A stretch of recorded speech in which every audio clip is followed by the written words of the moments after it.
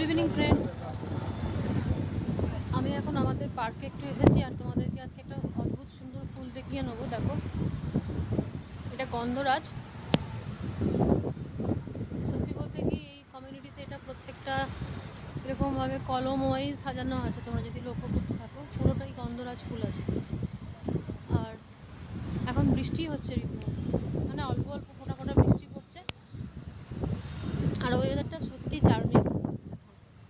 মানে এখন এখানে খানিকক্ষণ দাঁড়ালে অনেকটা রিফ্রেশমেন্ট হয়ে যায়। তো বৃষ্টি হলে বা এরকম একটা ওয়েদারে ডিএলএফটা সত্যিই খুব অসাধারণ লাগে এবং সেটা অ্যাকচুয়ালি দেখানোর মতোই। তো আমি প্র্যাকটিক্যালি বৃষ্টি খুব ভালোবাসি আর এরকম ওয়েদারটাও খুব পছন্দ করি।